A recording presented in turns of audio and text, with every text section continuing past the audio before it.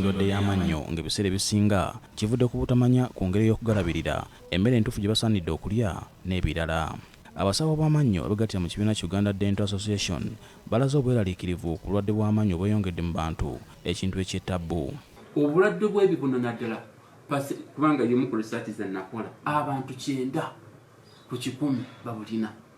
Ate obw'okulwala amannyo okubanga lizzeemu ekituli oluusi ne leeta n'okuzimba ettama obwo buliko wansi mu bantu nga 45 ku buli 100 naye era abantu 45 ku 100 si bantu ki batono. Eyo burden eba nnene nnyo nnyo eri eggwanga. Ekyennaku nti obulwadde bw'amannyo bwa ssente nnyingi okubujjanjaba nga bukonye. Okusinziira ku Dr. Muhammad Mbabaali, omusomesa w'amannyo okuva ku ssetendeke lwa Makerere, ekisinga okweraliikiriza gwe muwendo gw'abasawo b'amannyo abatono ddala.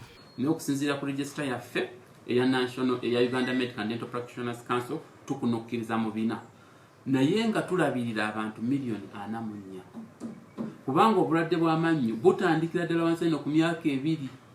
Omwana oba tomulabiridde oba waba abadde akozesa sukaali mungi, sirapu z'ennaku zino zifuuse sirapu, ebyo byonna osanga omwana nga obunye bwonna busiridde. Maama n'akuleetera omwana nga musigaddemu bulandiro bwa bbulaaka mu bibuno mu biraba ebintu bino. So ffe tetujja kulina nti omulwadde waffe atandika ku myaka 2, omulwadde waffe atandika ku myezi 6 ng'amannyo gatandise okukola ki okumera. Dr. Mbabaali agamba nti bakulona bwezingirire okubangula abantu ku bulwadde bw'amannyo nga bayita mu nsiisira z'ebyobulamu. Okwongeza obuweereza eri abantu baffe in terms of service delivery ez'okusasulibwa oli alina obusobozi obusasula n'ez'obwereere eri abo ddala abavulunkupe ate nga nabo baganda baffe nga nabo tulina okukola ki okubalabirira.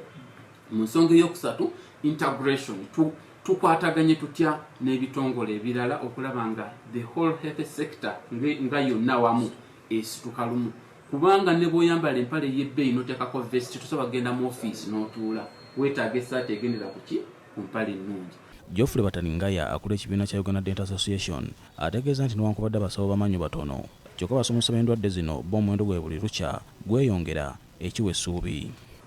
Baatandika nga batono nnyo, baatandika nga balinganga abasawo 6 bokka, kati tuweze abasawo kumpi 4 abasawo b'amannyo. Mu budde obwo kati yunivasite ziringa 3 ezitendeka abasawo b'amannyo. Obulwadde bwonna obw'amannyo obuliwo tufunye abakugu abayinza okubukolako. Kakati ye RDC w'Eruweero Richard Bwabyentulume yeekokodde ekibba ttaka ekiri mu disitulikiti eyo